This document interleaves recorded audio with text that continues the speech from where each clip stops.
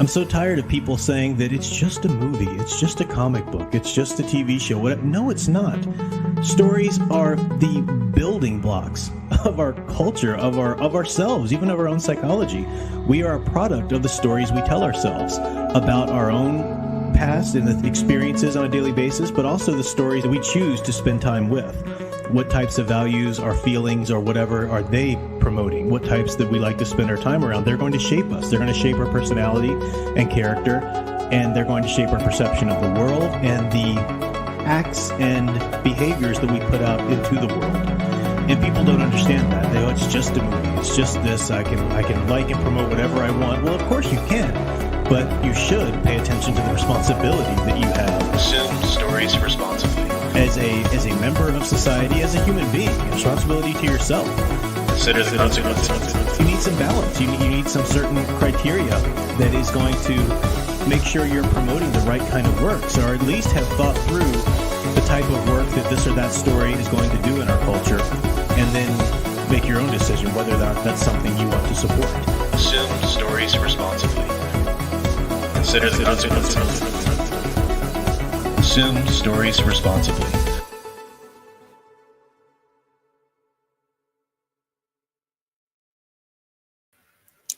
Hello everyone, I'm Professor Geek. Welcome back to the channel, and welcome to another Office Hours stream.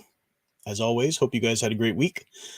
I'm trying out a new webcam here, and I think it's I think it looks pretty good. I'll let you guys tell me what you think. It's I'm using an app that I can just use my cell phone instead of my crappy webcam. That's what I tried to do last week, but I didn't set it up. Forgot to set it up again this week in terms of the holder and everything. So I was I've got it like scotch taped to a stand. I've got a proper stand for it, but it's in a shed outside, so I need to get that. Hopefully it'll hold throughout the stream. If suddenly the camera just goes, you'll know what happened, and I will just turn off the camera and do the rest of it with audio. But anyway, hopefully things are going well with you guys. Hopefully everything is everyone's tuned in, and good to see everybody here. So, who was here first? Welcome, Ghost Planet Max Inc. Good to see you there as always. I'm also trying to remember where the camera is to look. Big Al Presents, great to see you there. Didn't know if you'd be able to pop in because I know you've got a stream coming up. But yes, Sound Engraver and I went to go visit Big Al today.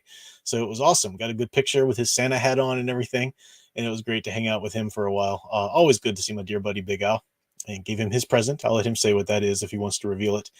He got me for Christmas. He already sent it to me. Well, see, Al has major gift giving anxiety. He can't just, here, I think you'll like this. I put in some thought. I thought of you, so I gave this to you. He can't do that because he's riddled with the anxiety. What if you don't like it? What if it's something you already have? So it makes him feel better. I've learned this as his friend over the years. It is an enormous help to him if you just flat out tell him what you would like him to get you, like as though you were giving your parents a Christmas list or something. I mean, that's really what he feels better about. So I went ahead and gave him some ideas, and he got me the complete series of Birdman, Hanna-Barbera's Birdman, on DVD with the Galaxy Trio cartoons as well. Awesome.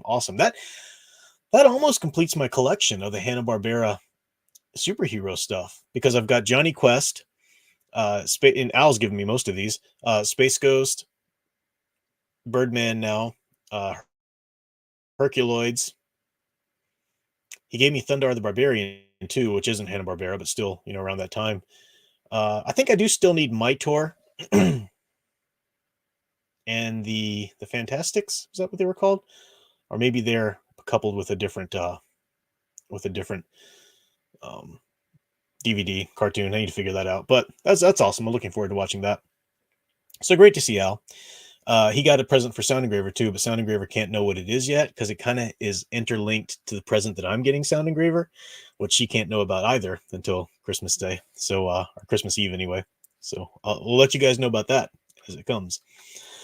But welcome the imaginative hobbyist. Of course, my dear sweet wife, Sound Engraver. Matthew Flynn, Gladiator of Kaun. Andre Hernandez, Private Eye and Retrospectiva. Final Fantasy fan, Studio Super.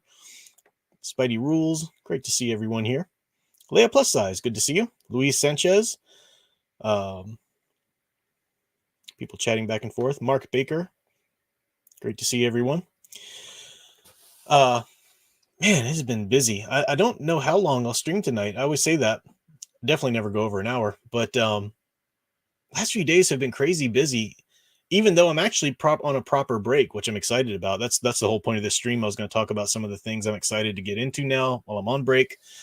But the past few days, we took my daughter to Busch Gardens, and it was a Christmas event, so it's late in the night. We didn't get back home till late. It was like Thursday night. Friday, I had to turn around and get her up early again to take her to go see her mother because her mother's taking her to go see her grandmother for the weekend. So that was another early morning. And then this morning we woke up pretty early, earlier than we usually do anyway, to go see Al. And then we just got back, and literally I got back, went in the door. I tutored a paper because I do some work on an online writing center for a university. Showered up, got things ready, and bumped on stream. And then tomorrow morning we got to get up early again to go to mass because we usually go to Saturday evenings, but we didn't do that because we saw Al this time. So busy, boom, boom, boom. And I'll go as long as I've got some steam here. That being said, though, I do have, for the first time in years, I was telling Sound Engraver the other day, it just kind of hit me a couple days ago. I have a proper break that university professors are supposed to have anyway, right? Because universities, you get like a month off, the students do. And then the professors still have to do grading and maybe some lesson planning for the next semester. So slightly shorter than that, but a good proper break. And I haven't had that in years because for the last couple of years, I was working for Kaiser University was the university it was. That's the university I was talking about, that online university out of Florida, which was just awful in every way. That's the one that, like, who cares about grades? Just cry to your professor, cry to the dean. They'll make sure you pass. You'll be fine. Just keep giving them that sweet studio or student loan money, really awful. And that's kind of indicative of the university system in general these days, but Kaiser is awful. They're right at the forefront of it. But they were doing these weird, like, 4-week semesters, which was on a rolling semester basis, like an open enrollment that was rolling enrollments. So you didn't really get much of a break there. And then between that, between the other university that I teach at long term, and then picking up the part time tutoring, in university writing centers and whatnot here and there, I've just pretty much been working through and through. And now, because of the ways things have fallen with my jobs at the moment, I actually have a proper winter break, and I was really excited about it because my days are always busy. Like I just said, the last few days, that's kind of indicative, of my schedules anyway, taking care of Alyssa, seeing to my mom and doing all the stuff that Sound Engraver and I do and whatnot. But in the evenings, when my time, Alyssa's asleep or I finally got an evening, that's when I go to do my work, scheduling, uh, grading, lesson planning. I do get up on certain days during the week to teach and whatnot. But now I actually have the time. And it's wonderful. It's a great feeling to have a little break. It's like, okay, the day is done. That's the thing when you teach online and when you teach a lot of different, do a lot of different little jobs. Yeah, the benefit is that you work from home, which is wonderful. But the trade-off is that you always have something you need to be doing. And so to have a break, man, I can actually play a video game now without any sting in my conscience. I can actually, you know, uh, read a comic or whatever without any sting whatsoever. That's really great. So I was going to talk about some of the things that messing with the light there a little bit. See how that looks. If it looks any better. Should have played with that beforehand.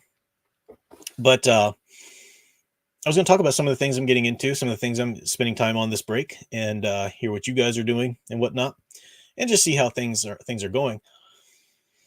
Uh, Spidey Rules says Big Al Presents Space Ghost inspired the design of Batman's face in the animated series. Indeed it did. Yeah, they took a lot from great Hanna-Barbera stuff. As much as Hanna-Barbera took from DC and Marvel, in return, they took a lot from them when they started doing a lot more comics and whatnot. AL, good to see you, AL. Sent you an e-card. Oh, I'll have to look for it, AL. I get so many emails that I don't even get the notifications on my phone anymore, but I'll check for that. Thank you. I appreciate that. I'll look for that after the stream. That's sweet of you. Matthew Flynn said, I would tell you how to properly pronounce my name, but I've long since accepted you're not going to pronounce it correctly. Well, I'm assuming you mean the Gladiator of Kaun. Kaon? Kaun?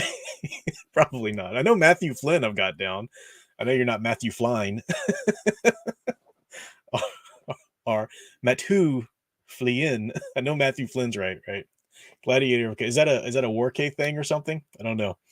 You can tell me how. Maybe it'll stick. Who knows? You never know. I'll try to remember. Yeah. So the game wise, a couple big things on the game front. Some of the things that I've been getting into and might properly actually get into some gaming streams. I know I was going to do that this past year, but it got away from me. But I actually got a new. And this is for you PC gamers out here. You'll be excited or impressed by me because I'm a console guy through and through. I just PC gaming is like what now you got to upgrade your such and such card and your what and the thing. No, just give me a box that I can hit power on. That's the gamer that I am, and I'll always be that. But I got into the market for a new laptop recently. It was Black Friday. I needed a new laptop. This one that I have now, it's starting to show signs of it's showing its age. Little things here and there. And if I ever have a moment where the computer just goes, that's my livelihood. That's my teaching. That's my everything is on the computer. My whole livelihood. So I needed a backup or a plan to get a new one or whatever. And saw some really good deals on Black Friday. Now, this isn't anything like cutting edge, top of the line gaming computer by any means. In fact, you hardcore PC gamers will probably laugh when I tell you what I got. But hey, it works for me just fine. I wanted a laptop that I can use as a backup laptop, for work and whatnot, but then something that I can maybe do a little gaming on. And when I say gaming, I mean like, you guys will laugh at the kind of games I've put on this too. But I ended up getting a Lenovo IdeaPad, which again, bottom of the line for gaming, but hey, works for me beautifully. I put on it Star Wars: The Old Republic, the MMO, because I'd started playing that back in the day, and I played through it really quickly, and I loved it. There are some issues in the writing here and there. It's certainly not what we should have had. We should have had a proper BioWare third installment of the Knights of the Old Republic trilogy, but we didn't. We ended up getting the MMO, so whatever. and I enjoyed playing it.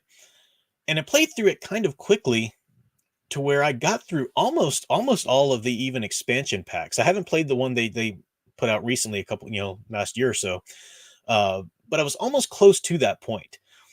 And I felt like maybe I had missed some stuff in the game. I just felt like, your first playthrough of a game, you don't feel totally confident about you've really experienced the whole thing. So I thought, I always wanted to go back and start from scratch, and I've done that recently with the Lenovo IdeaPad. I also put Age of Conan on there because I used to play that back in the day, and I loved it. And it's nice to kind of get back into that. So yeah, laughable that you would even need a gaming computer for those. But I also this Lenovo IdeaPad, since it's a new computer, it came with like a 3-month trial period of Xbox Pass, online pass. And I said, well, 3-month period, I'll, don't have to pay. I'll do that. And I went ahead and downloaded Gotham Knights because I was curious about Gotham Knights. And then it got horrible reviews. And that was the only thing that was going to maybe make me think I should buy a PS5. To this day, I don't have any reason to buy a PS5 or an Xbox S or whatever they are. They haven't given me any reasons to have to buy them yet. The Xbox One and the PS4 are still wonderful for me. I couldn't imagine there's no exclusive games to the new systems that I feel like I need to have. But I was curious about Gotham Knights. Of course, it got horrible reviews, but I thought, well, I've got this computer that can play it now. Can just plug up a controller and play it through the Xbox Game Pass, and I just started that. So I'll let you know how I think that is. It's been long enough now where a lot of patches have come out and stuff. I don't know. Just gotten into that. But that's where I am gaming wise. I'm having fun with Star Wars: The Old Republic, going through much more slowly this time and really soaking in all the story. I like to play with a Jedi Knight, Jedi Guardian Knight. I just think that's the way that story. I mean, it's cool. You can play with the other classes and characters, and you get more story, which is great. But I think, in terms of that's the closest tale you can get to a proper third part of a trilogy to the Knights of the Old Republic era.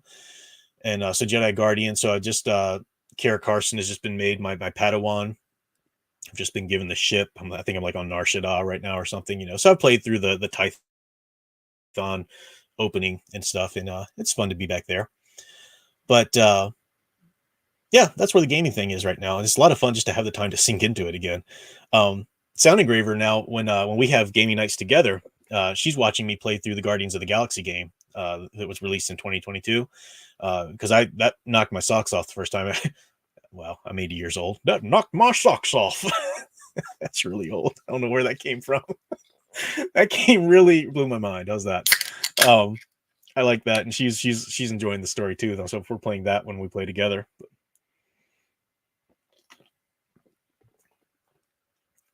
I got a super chat here. Zimzilla, thank you so much, Zimzilla99. Said, Prof, thoughts on the storytelling and archetypes of Godzilla -1, if you've seen it. Have not seen it yet, but so many people have told me that it's wonderful. I'm not a kaiju fan in terms of like, I'm just a fan of it because I'm a fan of it. I'm not against it by any means. But the shared universe recently, that started with the Godzilla, was it 2014, Kong Skull Island and so forth, that got me hooked in. I thought, this is really good stuff. I enjoyed Godzilla King of Monsters. I enjoyed Godzilla versus Kong, I'm looking forward to the next installment of that, see if it's any good. And people have been telling me about Godzilla -1. And even before that, people were trying to recommend, this Japanese film, that Japanese film. And I'm like, whoa, guys, I'm not going to get into like the entirety of Godzilla fandom now. I'm not really interested in that. But enough people have been raving about Godzilla -1. And I was talking to Al a little bit about it today.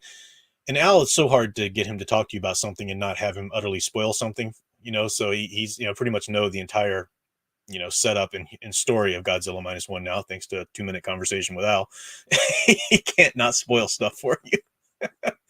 But I'm looking forward to seeing it. It seems really cool. I like the premise. I like the stuff I heard about it. As Al said, you should check out Big Al Presents. He does these 10-word reviews, and he's done a review of it. Really cool human story, the Godzilla shows up, and that's great, but you got to have a good human stories to tie these movies in. And cool idea setting it back, at the end of World War II. And really like that. So hero type, I don't know what to tell you about that because I haven't seen it yet, Zimzilla. But I did do a video back in the day of how I thought Kong Skull Island approached King Kong as though he was a superhero archetype. It was really cool. So, those shared universes are pretty much, I mean, Godzilla and Kong, they're there to kind of protect Earth, in a lot of ways in that continuity. But it'll be nice to see Godzilla -1 eventually, and I will report on that. I will try to see it somewhat soon, before my break is over anyway, and do a review on that for you guys. Thanks for the question and the super chat. Studio Super, thank you. I want to get a PS2 Slim and just live the rest of my gaming life in the past. PS2 has the largest array of games I've ever played anyways. PS2 is wonderful. What a wonderful console. I've got the fat one up here with my N64, and I've got a PS2 Slim in there with my other PS systems and Xboxes. And yeah, what a great system. That was really, I grew up with the Nintendo first. That was my first gaming system and loved it, Mario Brothers and all of that. But then I segued to Genesis, Sega Genesis, when a lot of other people were getting into SNES. I was a blast processing. Sega does what Nintendo don't. But that was where I kind of stopped, and I didn't really get super into it after that. It wasn't until the PS2 days, like in my early 20s or 1920 or whatever, that I really picked up gaming again with PS2 and Kingdom Hearts and all of that. Love the PS2 games.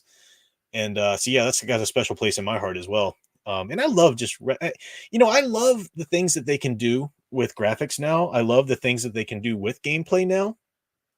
But the problem is, we're still in a world where they're going to try and push as much woke nonsense into it, where the story's just not going to be there.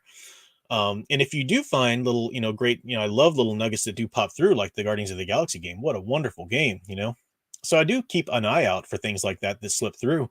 But as I said, I just don't see any reason. They have not given me any reason whatsoever to purchase a PS5 or a new Xbox S or whatever it is, XS or something. Don't have any reason to. Absolutely no reason to. Well, the graphics are even better. I don't care. Knights of the Old Republic graphics are just fine for me. If the story's good, that's all I need. I need a good story. Even if the gameplay mechanics are a little wonky, I'll forgive it as long as the story's good. Now, other people have different standards are things they look for at gaming. That's fine. I'm just saying what I, go for. Luis Sanchez for $9.99. Thank you so much there. Said a hot take I've heard is that 2023 was the best year for gaming, but that's not true. Massive disappointment this year. Yeah, what in the heck came out in 2023 that was even remotely good? Unless you're talking about like Nintendo stuff. I don't really follow a lot of that. Heard it's good though. Yeah, just never, ever since, playing the first Nintendo, I've never really been a huge Nintendo follower. Sound Engraver, now she grew up with SNES and she loves all of that. She plays on my retro box, the little Blackberry or Raspberry rather that I have, the emulator that has all those great games, and she plays those and they look really cool. She's been playing through all the Final Fantasy games. And she showed me Chrono Trigger and all that kind of stuff. It's really cool. Those kind of games are a lot of fun for me to watch her play. I don't know if I would spend too much time playing them myself right now. Just look for different things and stuff in gaming and whatnot. But yeah, 2023, who said that was the greatest game year? That's a nonsense. People are still trying to pretend that Spider-Man 2 is just taking the world by storm. Oh my gosh, it's so good. Are you kidding me? That game is not taking the world by storm by any means. The woke are just trying to pretend that it's the most amazing thing ever. Horribly written. Total, just replace Peter Parker, play him down in every way you can for your woke points. We talked about that. Really ugly deal there. And I'm not even sure, the whole new Grand Theft Auto, was it 6 that's coming out? And it's not that, hey, it could be fine with a female lead. Sure, whatever. If she's the right kind of character, if she's written well for that universe. Now, Grand Theft Auto, as I said in a previous stream, that's not really my kind of franchise. Just because for me personally, it's not so much fun for me to play if I can't be a hero or at least a stand-up heroic type character. And you definitely can't do that. Even if you play as morally as you can in Grand Theft Auto, it's about pretty horrible people or shady people doing shady things, which is fine. There's a place for those stories, but it's just not my taste.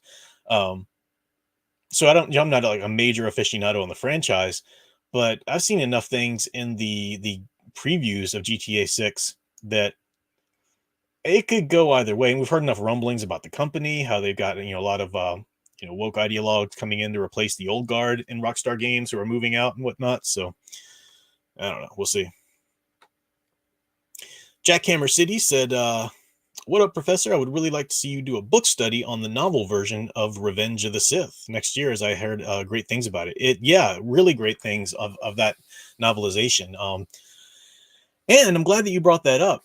Speaking of Star Wars book studies, we took a break for a while because Al was wanting to take a break, doing some rewatches and stuff on Fridays and everything, which is fine. I'm trying to fix this harsh light. I don't know if that does anything. Maybe that made it worse. I can't move it too much because it it actually is going to pop my camera. That did make it worse. All right, I'll shut up and just finish talking. Star Wars book studies. We took a break for a little while because Al wanted to do some rewatches and stuff like that. And with the holidays here, I think our plan is to do a live stream this Friday night and talk about what's coming up. But I'll just tell you guys some of that now because I want to recommend something for you all to go do if you're interested in Star Wars book studies and the EU, the dearly beloved EU. We are going to come back and we're going to do studies of the 3 Dark Empire, part 1, part 2, part 3, volumes, not just segments of the, mostly when you say Dark Empire, people think the first, main story. We're going to cover all that in one episode, and then, part 2 in another, and part 3 in another. But we're going to talk about the radio dramas too. But we talk a lot about audiobooks on this channel because Al needs to have like an audiobook playing while he's reading it. It helps him with the medication and stuff like that. He's on his stuff. And I always tell people, no shame at all in an audiobook. It's a great way to get a lot more reading in today. Excuse me. And, the scheduling in the world today where you don't always have time to sit down and read a book. I think it's always important to have a book, a hard copy book that you're sitting down and reading. That's very important. It's good for your brain. You keep training it. But if you're like me, your schedule is I have very limited time where I can actually sit down at the end of the day and just open a book and read it. So with all my commutes and whatnot, I love listening to audiobooks. We talked about that. But the big bane of audiobook listeners everywhere is abridged audiobooks. They should just be freaking outlawed at this point. Talked about it before. I get it. Back in the day when you had books on tape and you couldn't fit but so much time or tape or whatever, we're so beyond that now. There's no excuse for an abridged audiobook, especially for the hearing impaired that use these, books. It's a tragedy that there's still abridged audiobooks. And so many of the wonderful Star Wars EU books have fallen victim to this abridgment. It's really tragic. If you go on Audible and you look for Star Wars EU Legends or whatever, even if you want to search for it that way, there's a lot of them on there, but they're all abridged for the most part. A lot of the Old Republic books that were put out towards the end, more recently before Disney killed the EU, you can still find unabridged copies of a lot of them. And Disney now, of course, has been re-releasing on somewhat of a rolling basis, somewhat regularly. They haven't been doing it as regularly as they should, but they've been re-releasing a lot of the old EU books, just the ones that they kind of want to cherry pick and steal ideas from, as Legends, Star Wars Legends. And they release them in hardcover as well. And that's one way people say, well, let's look for what good stories are out there today. How can we send a message or whatever? And I think there's an argument to be made for going and buying the Star Wars Legends book, because then you're telling Disney, this is the thing that's making you money, not your new crap continuity, but the versions of this you release from the old continuity. I can't bring myself to buy those myself because I loathe that Legends banner. It's just such a spit in the face to me. It's such an insult to EU fans. It's telling your continuity doesn't matter anymore. That's a legend. We do real canon, just like who do you think you are, So that just grates on me. Plus, I spend a lot of time. I collect a hard copy library of the Star Wars EU books, and I've been spending a lot of time collecting and curating that, to kind of keep that around. And I mean, like the original copies, I get hardcovers whenever I can, even for the books that were in paperback. I try to get like library bound copies or whatever that are in hardback, even if you couldn't buy them in the store from hardcovers or whatever. So I try and do my best with that, and it's an ongoing, lifelong collection. But whenever Disney releases an EU book, re-releases it under the Legends banner or whatever, they haven't done this on every one, which I think is tragic. But for a lot of them, they release new unabridged audio versions of them. And they were working on the X-Wing Chronicles. They were working on that for a while. They stopped midway. I'm like, you got to finish the Chronicles if you started it, But two Star Wars EU novels that the unabridged audio is going to drop this Tuesday. Outbound Flight by Timothy Zahn, which of course is the great origins of Thrawn in the proper Star Wars EU, not the garbage origins that Zahn wrote for Disney continuity. That makes him Papa Smurf. That's not Admiral Thrawn. That's a vanilla, wishy-washy, evil Smurf. That's all he is. The proper Admiral Thrawn.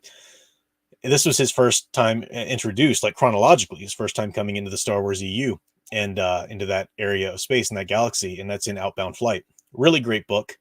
They've had an abridged version on Audible for so long, but now the unabridged audio is dropping Tuesday. So this is a way to send a message, if you want to go out and look for new stories that are good, even though they're not new because they're old, but they're great. That's a great one. Survivor's Quest is the other one that's dropping on Tuesday. I think that's the only two that are dropping Tuesday. Their release before this, they were doing a release of some new re-released EU books, Yoda's Dark Rendezvous, but they didn't release the audio of that. So I thought that was kind of crappy. But anyway, those are two things that Al and I will probably do Outbound Flight first. After we cover our book studies of Dark Empire, we'll probably jump into Outbound Flight first.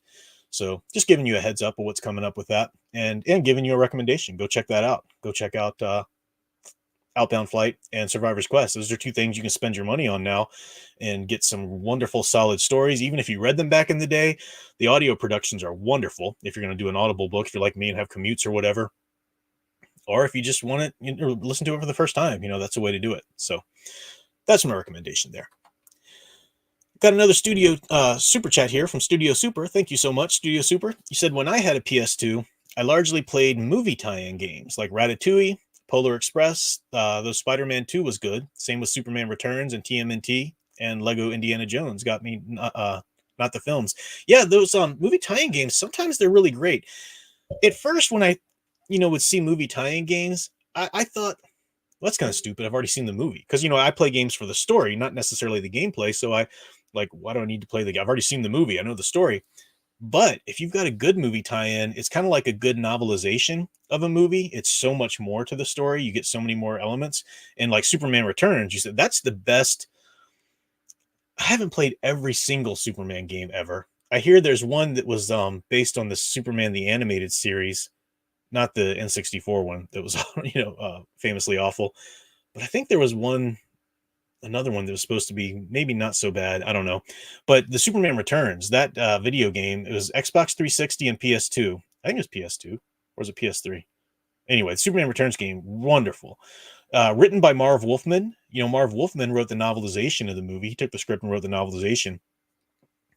There was no Jason as Superman's son in the original script, so it's not there in the novelization. They put that in the film, but that's not there in the novelization.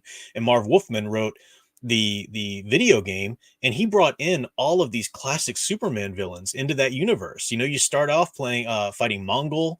He brought in Brainiac, Mxyzptlk. I mean, he brought in so many great characters and wrote so many different scenes that take place kind of in between the scenes of the film. I never finished playing it, but I would like to see if they even did the whole Jason as his son thing, because they might not have. If Marv Wolfman was writing a treatment for a game and he'd already written the novelization, in which that wasn't the issue. So interesting there. One of the movie versions I played was back in the day was The Mummy Returns, the second Mummy film, Brendan Fraser. And I like that tie-in because you could either play as Brendan Fraser's character or you could play as the mummy. It was a whole other part of the story. And it wasn't like, hey, look how fun it is to be the bad guy. It was like, get both sides of the story. They were still interrelated. So like as the hero's doing this is what the villain was doing, so you could get a whole really complete story that was kind of cool. But yeah, great games there. Spidey Rules says the Super Nintendo is awesome. Super Mario World is my favorite Mario game. Donkey Kong Country is my first video game I ever played, and it's lots of fun. The DKC games are great. Not the kind of games that I would like to play. That kind of gameplay wouldn't be so much fun for me, but I loved watching Sound Engraver play them.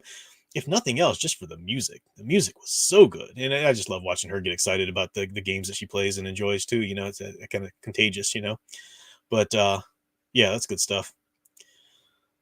Slav says they are currently fixing that with Del Rey, making newer audiobooks again. That's good to know. That's good to know that they're working on that. They confirmed they were. Eventually, most will get unabridged audiobooks. That's good. I really hope so. Really hope so. Definitely.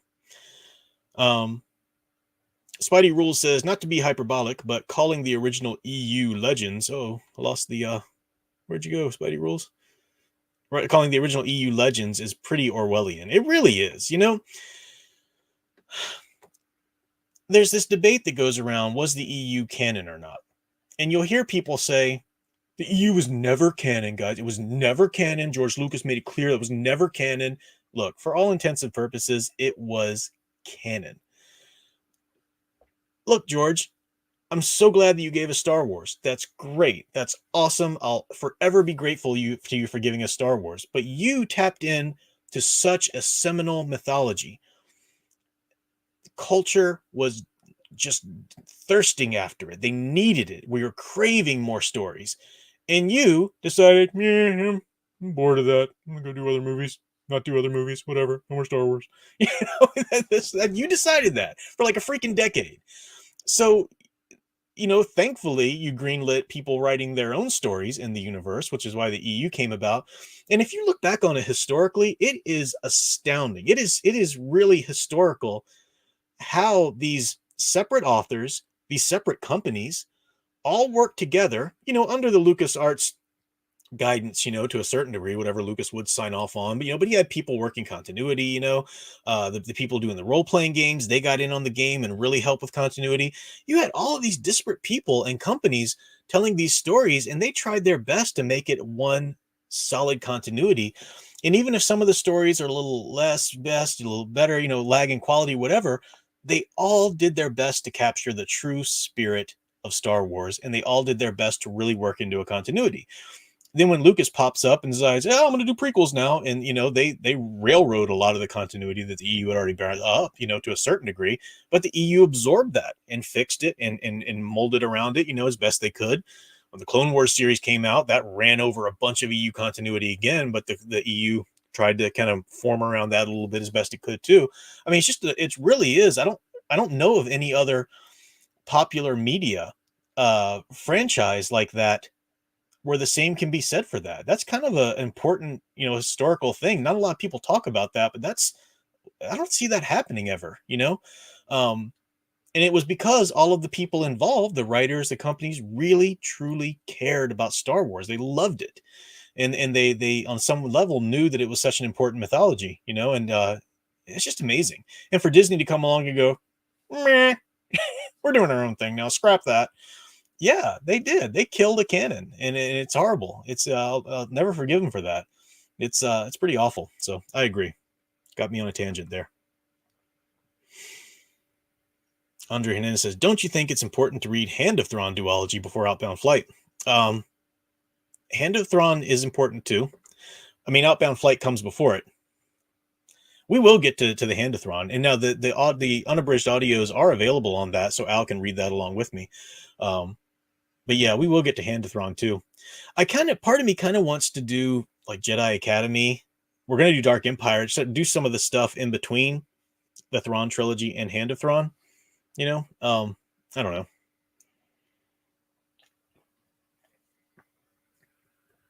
Matthew Flynn, thank you so much there. Said I should probably clarify this now before it's too late. Warhammer has multiple different individual settings. Warhammer Fantasy, which was replaced with Age of Sigmar. Fans did not like that, and 40K. So there's Warhammer Fantasy, Age of Sigmar, that sort of replaced it, the fans don't like. And then there's 40K is another. I did know there was multiple settings. I know Warhammer is fantasy, it's science fiction, it's all different times. I knew that much. But yeah, it's just something that I've never gotten into No, I've never really read a story. Never played a game. Never really. One of these days, I'll stumble upon something and give it a chance.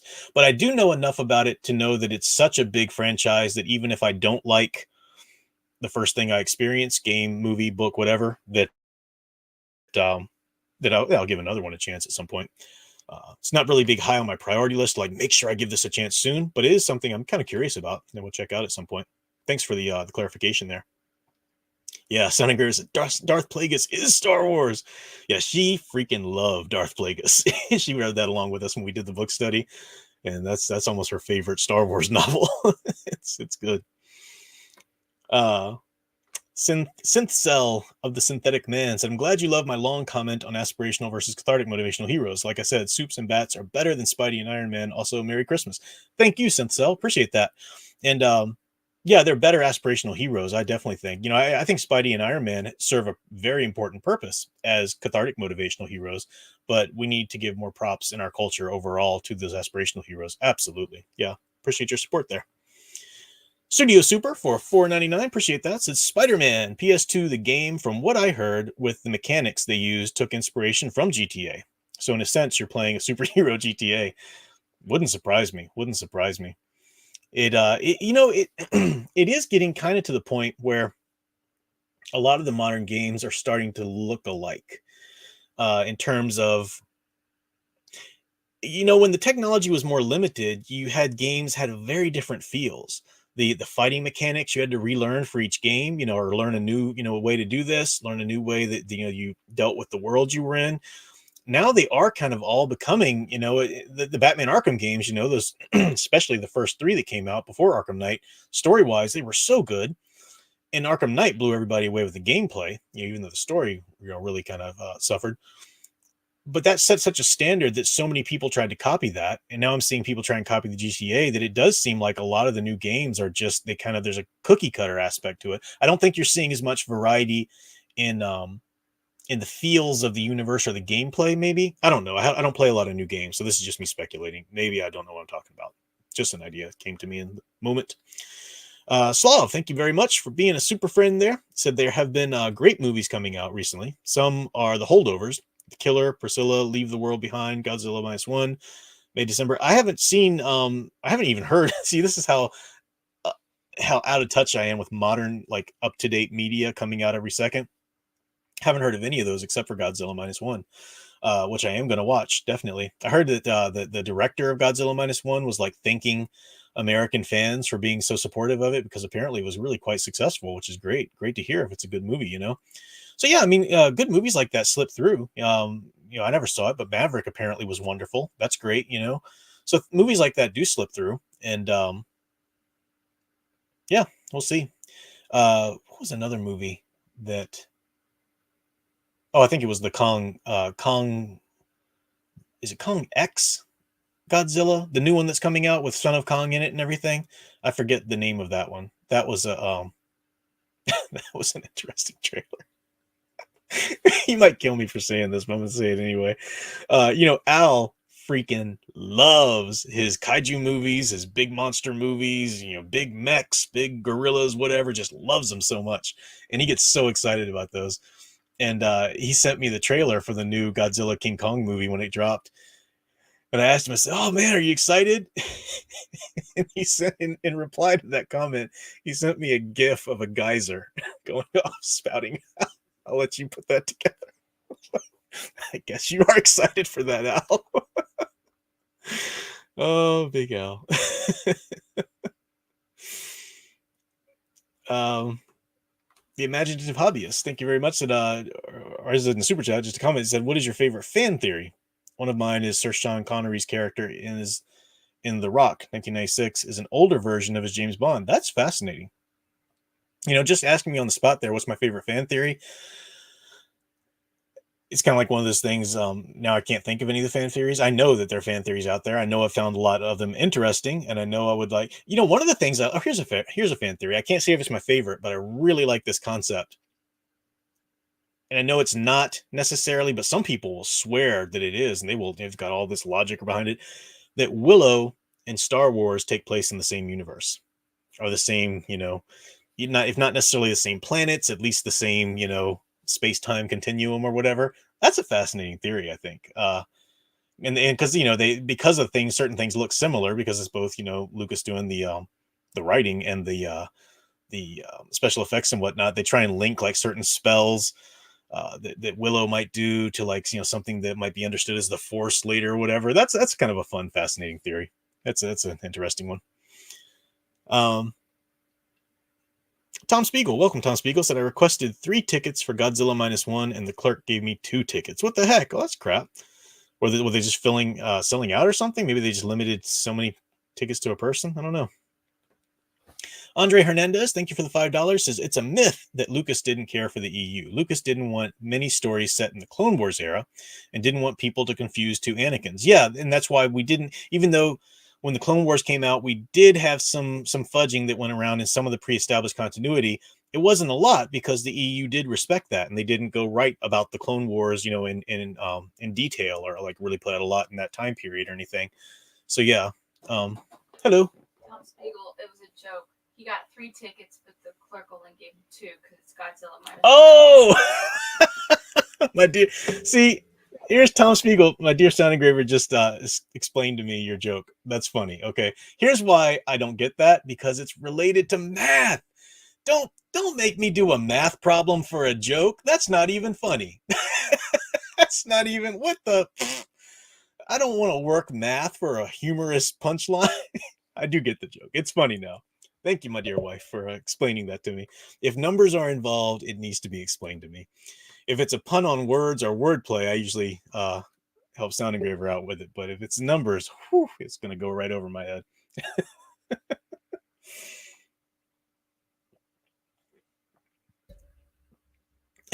Tom Spiegel said, gosh, you're worse than your boy Zach is with math. Oh, I'm horrible. Well, I have dyscalculia. It's like dyslexia, but it's with numbers. So I switch numbers around. When people are talking about a lot of numbers, even if I'm reading, a piece of fiction that I'm very, very interested in, or even, nonfiction I'm very interested in, if they start talking about percentages and numbers, oh my gosh, I'll just turn the page. Like I can't keep track of that. My brain does not hold numbers. It's it's a pain in the butt to deal with.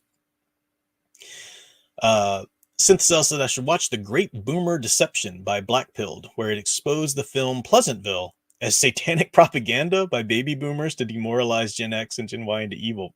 That sounds, well, talk about a fan theory. That sounds interesting. I loved the setup of Pleasantville. I hated what it did with the story. I hated the kind of message, because I grew up, it's just funny, when Pleasantville came out, I was so enamored with that idea because I grew up watching Nick at Night. And I mean the old Nick at Night, when they were playing like Car 54, My Three Sons, real old proper classic television. Loved it. Loved that old black and white, television. And I used to daydream as a child of like entering in, because they even had a Nick at Night original series that was like something about TV Land. And they set up the idea that TV Land was a place where these characters all actually lived together or whatever. So I used to daydream about that as a child, like being able to go into TV Land. So when Pleasantville started with that idea, I thought that was the coolest idea in the world. And then by the end of it, they basically crap on the show and all of the wholesome norms, and really just try to push everybody in the. I was like, what a bastardization of that wonderful idea and concept. So yeah, interesting. Studio Super for $9.99. Thank you so much there. Said, when I get that PS2 Slim, I want to play Ultimate Spider-Man. Great one. Dead or Alive, the Tomb Raider games. Ultimate Spider-Man, especially before Spider-Verse, that game was breaking those animation boundaries. I have all of my PS2 games up here. Let's see. It's not very well lit here, so I can't. I've got all the Scooby-Doo games. Every Scooby-Doo game they made for the PS2, I love those. They're so much fun, especially Night of a Thousand Frights. That's my favorite. I've got the first Fairly Godparents, the first game of that, which was a lot of fun. I freaking love that. I've got the Hobbit game. A lot of people don't know, they slept on the Hobbit game. This Hobbit game, it was released, I think, was it before the movies were released or right around the same time? But it takes, it's released long before the Hobbit movies were released. I'm talking about the Lord of the Rings trilogy, but I think it was released in that time period, and takes a lot of inspiration from the Rankin Bass Hobbit, but is its own thing and tells the stories. All the scenes from the book is in there. You got the trolls, you got certain things that weren't necessarily in the Rankin Bass. That was a great one. What we got? Death by Degrees, Blood Rain. Yeah, is that Blood Rain? I think it is. Of course, Battlefront. Red Dead Revolver, the first one. Gun was a favorite. Everybody talks about Red Dead series, but Gun was a really great Western novel or game too. And of course, the Kingdom Hearts ones. Yeah, good stuff. All right, let's check what time it is. 10:30. All right, getting there. Let's see, what did I miss here? It popped up there. But yeah, Ultimate Spider-Man was a great. It's one of my favorite Spider-Man games, actually. I even like the first Spider-Man game, even though it has its problems, like the first Spider-Man movie game. My dear Sound Engraver said, in my husband's defense, he's on streaming brain. Your brain doesn't work the same on a live stream. That is totally true. It really is. You're trying to keep track of the comments. You're keeping track of what you're trying to think to say. You're watching your camera framing and all that stuff. But I wish that was my defense, but it's, thanks for the attempt at defending me, my love, but it's just me and numbers. Oh, heck yeah, Tom Spiegel. There were a bunch of Scooby-Doo games. Night of 1,000 Frights is the classic. Oh my gosh, that's the game you play as Scooby, and they bring back all of the classic villains from the old cartoon. You got the original music, the original sound effects. Don Knotts even comes back and voices the groundskeeper at this mansion. It's wonderful. Yeah, pick up Night of the 1,000 Frights somewhere. It's great. I forget the names of the other ones, but they're really great. And you can play as different teams and stuff. There's one of them, the very last one I haven't played yet. I was saving it. I went through this mode where I was just blasting through all the cool Scooby-Doo games, and I wanted to have one kind of in reserve. One of them even had more of a modern animation or character design. It was kind of somewhere between the classic Scooby-Doo and the Scooby-Doo Juniors, it's a pup named Scooby-Doo, rather. It's somewhere in between those two in terms of character designs, but it was still good. It was still classic Scooby-Doo spirit. It wasn't anything that was trying to, be weird with them. So, yeah, those games are great. Leia Plus Size says, I finally saw the Super Mario Brothers movies. I love it. I love the animation, and most of all, the bond of the two brothers. It made me happy. That's cool. I'm glad, a lot of people like it, and I'm glad they did. I heard about the idea, the things they did, the way they told the story, and I just think there were so many lost opportunities. I really don't like what they did to Peach, and everybody's trying to defend that. Just not for me. But hey, a lot of people like it, and I'm glad that something's out there that they like. And it's not like it's the be all and end all of culture or anything. I'm not anti the Mario movie like I'm anti Man of Steel or something. Obviously, but just something that I'd skip. Matthew Flynn, thank you very much. The £5 super chat said, what do you think of the 70s animated Lord of the Rings movie, the Ralph Bakshi one? That was good. I really do. If you watch the Ralph Bakshi animated Lord of the Rings, they stop at Two Towers. They just didn't have the time or funding or whatever it was. They didn't go all the way through the Return of the King. But if you watch that back to back with the Peter Jackson, at least the first two Peter Jackson films, you will see a lot of things that Peter Jackson straight up took. Some of the framing, even some of the, because there was rotoscoping, and a lot of stuff that was cool in those Bakshi films. You see that Peter Jackson paid a lot of homage. I'm not gonna say he stole from it, but he took a lot of great ideas from the Ralph Bakshi animated Lord of the Rings, which is good stuff. Good stuff. Studio Super again. Think you said you have Scooby-Doo Night of 1,000 Frights. Good, great, yeah. Well, that one is great. But yeah, there are other ones. You know what? Hang on one second. Let me, I'm in my really oddly plaid pajama bottoms, and I don't want to show that on camera. So I'm going to cut the camera for a second, and I'll stand up and get my Scooby games, and I'll read them off to you there. All right. Got my werewolf Pruff up there. Let's see.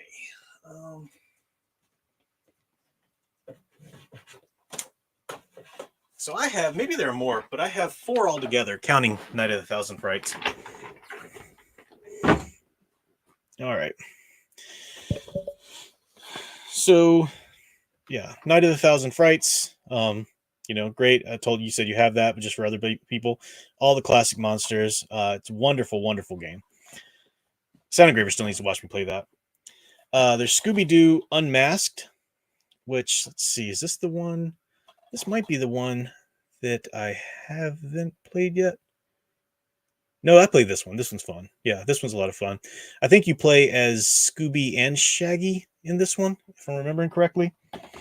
Now, this one, Scooby-Doo First Frights, this is the one you can see where the designs are a little bit different, a little bit, almost a little bit similar to Pup Named Scooby-Doo, though they are like teenagers driving around the Mystery Machine, so they're not kids.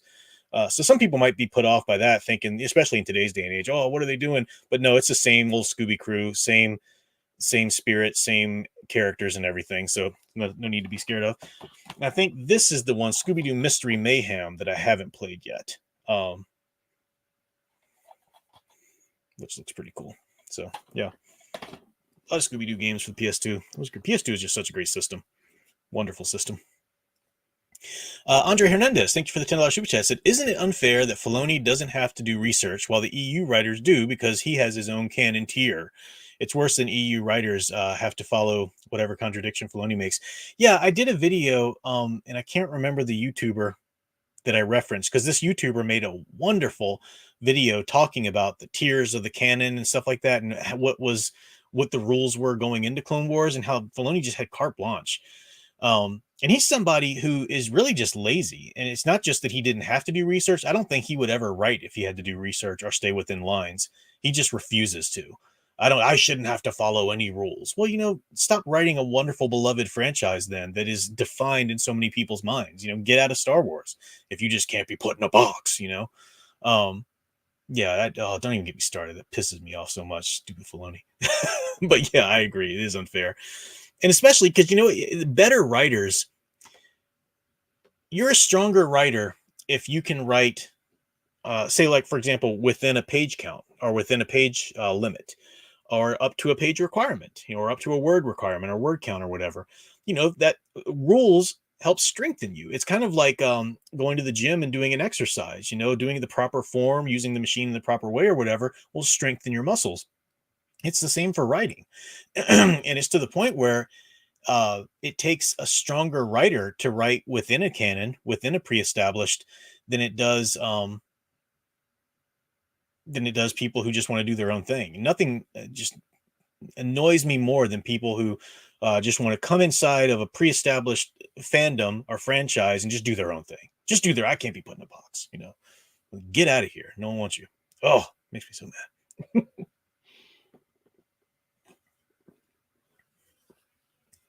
Yeah, Leia Plus Size, I think you're right. I think I remember hearing that somewhere, that Jackson admitted that he was inspired by the Lord of the Rings animated movie. Yeah, it's kind of like how excuse me, kind of like how James Gunn, admitted that Farscape was a huge inspiration for his Guardians of the Galaxy. Spidey Rules says Alex Kurtzman is even worse. Let's not forget that he's the guy that said it's literally impossible to maintain continuity. Oh yeah, Alex Kurtzman, man, why does he still get work? Why does he still get work? Yeah, there are some people that just need to be out of the industry. Definitely.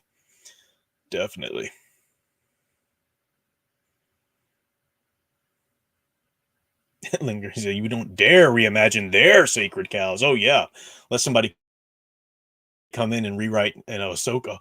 No, not Filoni's waifu. I'm convinced that man has his wife dressed up as Ahsoka. I'm just gonna say it. If he's even married, I don't know. Studio Super for another super chat. Thank you very much. As I'm winding down here, says with Filoni, he'd never made it in the Superman Writers Summit, for their rule was to leave your ego at the door. Soups was the only one allowed to have an ego there. Yeah, not that Soups has an ego, but I know what you mean, like the Freudian definition of ego. Yeah. Well, that's just symptomatic of writers today in Hollywood today. They need to put themselves or their own wishes and desires. They're writing fan fiction. That's the best example. Your woke people trying to put themselves into superhero comics, from that end of the spectrum all the way to Filoni trying to rewrite the Star Wars universe to his own little wishes and desires. It's fan fiction. Any Ahsoka story just feels like fan fiction. That's just the way to write stories today, which drives me crazy. And it's what happened to the quality of writing? It's what a weird time to live in for art. It's really, really crazy.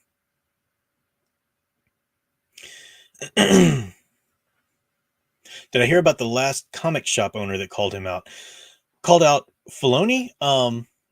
No, I heard about a comic book shop owner talking about comics, talking about this was the comic book shop owner that was talking about how the comic writers just kind of wanted to put themselves into the comics, and you don't do that. He did a video, I think, on his social media, and of course, all of the comic industry, they needed to take this guy down because he was preaching wrong think, and they tried to ostracize him. They tried to laugh him off. Have fun laughing that off as your own industry is crumbling and you can't even find work. Yeah, everything he said was absolutely correct. Yeah, that guy was good for him for standing up. I think he was on Mark Millar's channel. And Mark Millar was actually agreeing with him. I think I mentioned that a little bit in the last stream, but yeah, that's a good thing. I would get the link and put that out, get more people to know about it. Good stuff. I didn't even know Filoni wrote episodes for Avatar: The Last Airbender. I haven't watched Avatar: The Last Airbender. Alec Purdue very generously sent me the series, the complete animated series. It's one that I want to watch. Sound Engraver wants to watch it with me too.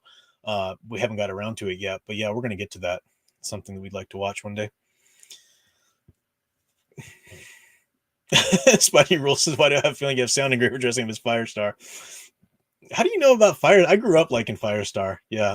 Sound Engraver is so incredibly beautiful and perfect that she doesn't need to dress up as anybody. She just is herself, Sound Engraver, and I am just floored. I'm in awe of her stunning beauty. That is how you be a good husband. I see the hearts coming up there. Yep. No, I haven't played Republic Commando, Andre Hernandez. I think I have it. Do I have it? I think I have it. I haven't played it yet, though. Yeah, there are some a lot of Star Wars games from the EU that I haven't played yet. I'm looking forward to. All right, guys. I think starting to wear out a little bit energy-wise, and I need to actually properly sit down and veg a little bit before I have to go to sleep and get up for mass tomorrow. So I need a little veg time. But this has been a blast. I really enjoyed the stream, just more kind of giving myself over to vents and stuff like that, or tangents, not really vents. And I will, as soon as I can see Godzilla -1, I will, and I will talk about that, do a review. It might be January, but it'll be within my break, and I'll keep reporting on Star Wars: The Old Republic now that I'm going much more slowly. I'll talk about the different arcs, I played the Shadows of Revan arc, and I missed a lot of stuff in it. I think I played through it too quickly, and I missed bits of the story that I would hear other people talk about later. And I'm like, oh, I didn't see that in there, So I want to be able to really fully experience all that and report on it, because we talk about so much Star Wars EU stuff. I'm such a huge fan of the 2 Knights of the Old Republic games, so we'll be doing that. And I was going to talk about a Dean Koontz novel I read or tried to read recently that is just awful. It was my first Dean Koontz novel ever. I'm going to give him another chance, but man, this one was such crap. Twilight Eyes. I'll be talking about that next week and how garbage this book was. Just garbage. And I'm hoping that this isn't how he writes all the time, because I hear so many people talk about him, and I don't want to just believe, the critiques he gets blindly. I'll give him a chance. So I might give him another book a chance, but man, that one was woof. That one was awful. So I'll keep doing those reviews and whatnot and bringing them back. But thank you guys for hanging out with me. Always like that. Always appreciate you guys giving me your time there. Studio Super said, yeah, Mark Wade said he'd rather have the industry burn than to give any middle ground to his enemies. That's more than enough confirmation that there's no saving the big two. Oh, absolutely. I've said many, many more times, if you're still reading Marvel or DC Comics, what is your damage? Why do you hate yourself so much? There's nothing. No, well, but this one was kind of good. There's so many great things for you to experience than just trying to lick whatever little bit of moisture comes off of that one. It's just awful. Awful. Yeah. All right. So the little two, yellow and green. Yeah, the big two are now the little two. Absolutely. I will be back. Yeah, I do wish you guys a Merry Christmas season. Happy Advent now. I will be back next Saturday streaming, and I've got some sort of Christmas related content. I'm going to talk about A Christmas Carol and whatnot.